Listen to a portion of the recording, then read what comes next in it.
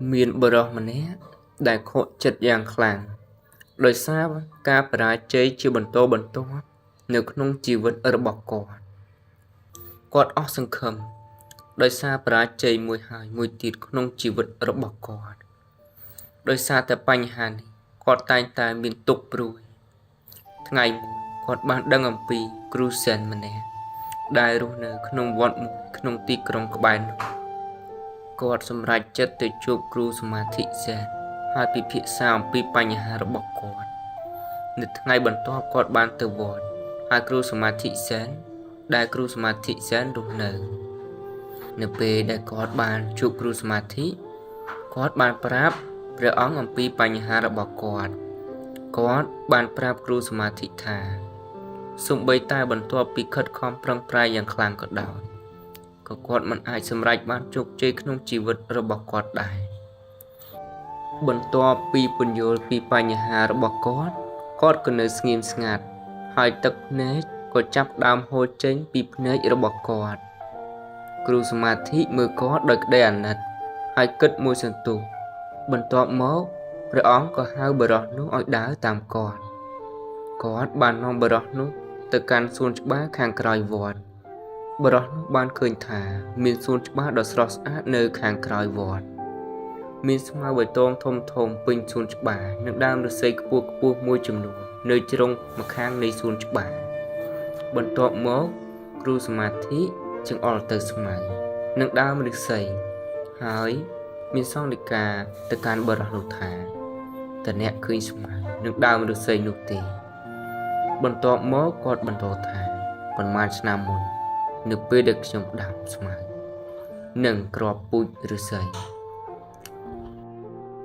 ប៉ុន្មានឆ្នាំមុននៅពេលដែលអាត្មាដាំស្មៅនិងគ្រាប់ពូជឫស្សីអាត្មាបានថែរក្សាវាតាំងពីយ៉ាងល្អមិនយូរប៉ុន្មានស្មៅក៏ចាប់ដើមដុះហើយវាបានប្រែក្លាយសួនច្បារទាំងមូលទៅជាពណ៌បៃតងខណៈពេលដែលគ្រាប់ពូជឫស្សីមិនបង្ហាញការផ្លាស់ប្ដូរអ្វីទាំងអស់ប៉ុន្តែអាត្មានៅតែមិនឈប់ថែរក្សាឫស្សីនៅឆ្នាំទី2ស្មៅកាន់តែក្រាស់និងដុះកាន់តែច្រើនប៉ុន្តែនៅតែមិនមានការផ្លាស់ប្ដូរនៅក្នុងគ្រាប់ពូជឫស្សីសូម្បីតែនៅឆ្នាំទី3ក៏ដោយលទ្ធផលសម្រាប់ដើមឫស្សីក៏គ្មានឃើញដែរគ្រាប់ពូជមិនដុះប្រឡូកទេទោះជាយ៉ាងណាក៏ដោយអាត្មាមិនអស់សង្ឃឹមទេហើយបន្តស្រោចទឹកនិងថែរក្សាវាសូម្បីនៅឆ្នាំទី4ក៏គ្មានការលូតលាស់ដែរ5ឆ្នាំក្រោយមករុក្ខជាតិតូចមួយបានដុះចេញពីគ្រាប់ពូជឫស្សីវាមានទំហំតូចណាស់បើប្រៀបធៀបនឹងស្មៅប៉ុន្តែត្រឹមតែ6ខែក្រោយមករុក្ខជាតិនេះបានដុះដល់កម្ពស់20 ហ្វីតវាត្រូវចំណាយពេល5ឆ្នាំសម្រាប់គ្រាប់ពូជឫស្សីដើម្បីដុះបន្លឺក្នុងរយៈពេល5ឆ្នាំនេះឫស្សីរបស់វាបានក្លាយទៅជារឹងមាំនិងជ្រៅដែលវាអាចទ្រាំទ្រដើមឫស្សីដែលមានកម្ពស់ជា20 ហ្វីតបានបន្ទាប់មកគ្រូសមាធិមើលទៅកាន់បុរសនោះហើយបន្តសង្កេតការថាចូលចងចាំចំណេះថានៅពេលដែលអ្នកត្រូវតស៊ូក្នុងជីវិតចូលយល់ថាឫស្សីរបស់អ្នកកំពុងតែជ្រៅនិងខ្លាំងជាងមុនការតស៊ូរបស់អ្នកកំពុងធ្វើឲ្យអ្នកកាន់តែខ្លាំងដូច្នេះនៅពេលដែលអ្នកទទួលបានជោគជ័យដ៏អស្ចារ្យនាពេលអនាគតអ្នកអាចទ្រាំទ្រវាបានដូច្នេះកុំបោះបង់ខ្លួនឯងពេលវេលារបស់អ្នកក៏នឹងមកដល់ដែរកុំខ្លាចតស៊ូក្នុងជីវិតរបស់អ្នកកុំខ្លាចការតស៊ូក្នុងជីវិតរបស់អ្នកព្រោះការតស៊ូនេះនឹងពង្រឹងឬគល់នៃភាពជោគជ័យរបស់អ្នកបរោះនោះ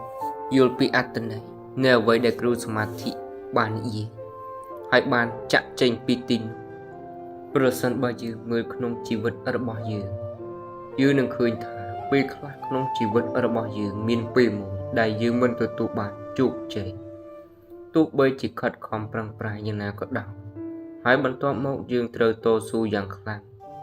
ហើយនៅពេលបែបនេះមនុស្សជាច្រើនចាប់ផ្ដើមបោះបង់ហើយឈប់ព្យាយាម ប៉ុន្តែអ្នកគួរតែចងចាំជានិច្ចថានៅពេលដែលរឿងនេះកើតឡើងកុំបោះបង់ខ្លួនឯងហើយគ្រាន់តែយល់ថាធម្មជាតិកំពុងរៀបចំឲ្យអ្នកសម្រាប់នូវភាពជោគជ័យដ៏អស្ចារ្យនាពេលអនាគតដោយពង្រឹងឫសរបស់អ្នកដូចជាពេលដែលគ្រាប់ពូជឫស្សីដុះពន្លកហើយដុះដល់កម្ពស់20 ហ្វីតក្នុងរយៈពេល6 ខែដូចគ្នានេះដែរថ្ងៃណាមួយពេលវេលារបស់អ្នកក៏នឹងមកដល់ដែរហើយពេលដែលវាមកដល់ពិភពលោកទាំងមូលនឹងឃើញវាដូច្នេះកុំខ្លាចការតស៊ូក្នុងជីវិតរបស់អ្នកព្រោះវាជាការតស៊ូដែលនឹងពង្រឹងឫសគល់នៃភាពជោគជ័យរបស់អ្នក